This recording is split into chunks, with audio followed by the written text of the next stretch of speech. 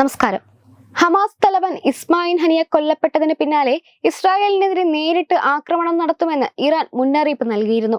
ഹനിയയുടെ രക്തം ഒരിക്കലും പാഴാകില്ലെന്ന് ഇറാന്റെ പരമോന്നത നേതാവ് ആയത്തുല്ല അലി ഖമേനി പറഞ്ഞിരുന്നു.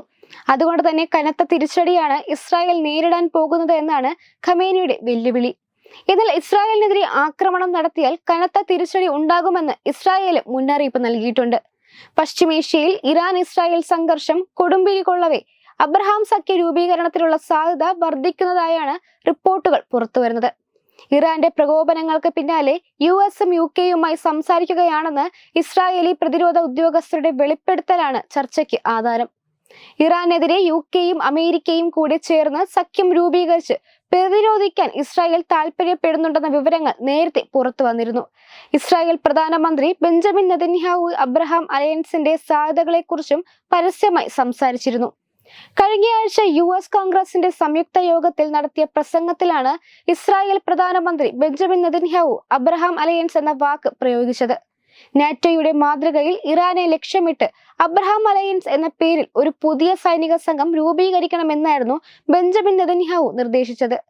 ഞങ്ങൾക്ക് ഇറാനുമായി യുദ്ധം ചെയ്യുമ്പോൾ ഞങ്ങൾ അമേരിക്കയുടെ ഏറ്റവും തീവ്രവും ദുഷ്ടനുമായ ശത്രുവിനോട് പോരാടുകയാണെന്നായിരുന്നു നെതന്യാഹു പറഞ്ഞത്. ആണവ ഇറാനെ തടയാൻ ഇസ്രായേൽ പോരാടുകയും പ്രവർത്തിക്കുകയും ചെയ്യുമ്പോൾ ഞങ്ങൾ സ്വയം സംരക്ഷിക്കുക മാത്രമല്ല നിങ്ങളെ സംരക്ഷിക്കുകയും ചെയ്യുന്നുവെന്ന് അദ്ദേഹം വാദിച്ചിരുന്നു. ഞങ്ങളുടെ ശത്രുക്കൾ നിങ്ങളുടെ ശത്രുക്കളാണ്, ഞങ്ങളുടെ പോരാട്ടം നിങ്ങളുടെ പോരാട്ടമാണ്, ഞങ്ങളുടെ വിജയങ്ങൾ നിങ്ങളുടെ വിജയങ്ങളായിരിക്കുമെന്നായിരുന്നു അദ്ദേഹം വ്യക്തമാക്കിയിരുന്നത്. അബ്രഹാം സഖ്യം നിലവിൽ വരികയാണെങ്കിൽ വലിയ സംഘർഷത്തിലേക്കാവും ലോകരാഷ്ട്രങ്ങൾ ചെന്നെത്തുക. ഇത് മുന്നിൽ കണ്ട് പ്രശ്നങ്ങൾ കൂടുതൽ ഗുരുതരമാവാതിരിക്കാൻ അമേരിക്ക സഖ്യത്തിൽ ചേരാൻ താല്പര്യം പ്രകടിപ്പിക്കില്ലെന്നാണ് വിദഗ്ധ അഭിപ്രായം. ഒക്ടോബർ 7-നുണ്ടായ ആക്രമണത്തിന് പിന്നാലെ ഹമാസിനെ തുടച്ചു നീക്കുമെന്ന് ഇസ്രായേൽ പ്രഖ്യാപിച്ചിരുന്നു. ഇറാന്റെ പുതിയ പ്രസിഡന്റിന്റെ സ്ഥാനാരോഹണത്തിന് ടെഹ്റാനിലെത്തിയപ്പോഴാണ് ഹനിയ കൊല്ലപ്പെട്ടത്. തങ്ങളുടെ സൈനിക കമാൻഡർമാരെ കൊലപ്പെടുത്തിയതിന് പകരമായി ശക്തമായി തിരിച്ചടിക്കുമെന്ന് ഇറാൻ സൈനിക ഉദ്യോഗസ്ഥരും പറഞ്ഞിരുന്നു.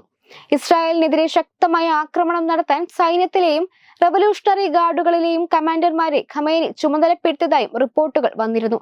പിന്നാലെയാണ് ഇസ്രായേൽ മുന്നൊരുക്കങ്ങൾ നടത്തുന്നത്. Web desk Tatwamayi news.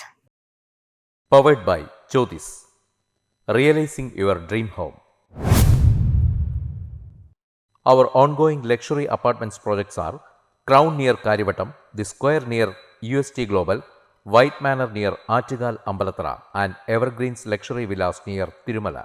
Call 90482 55599.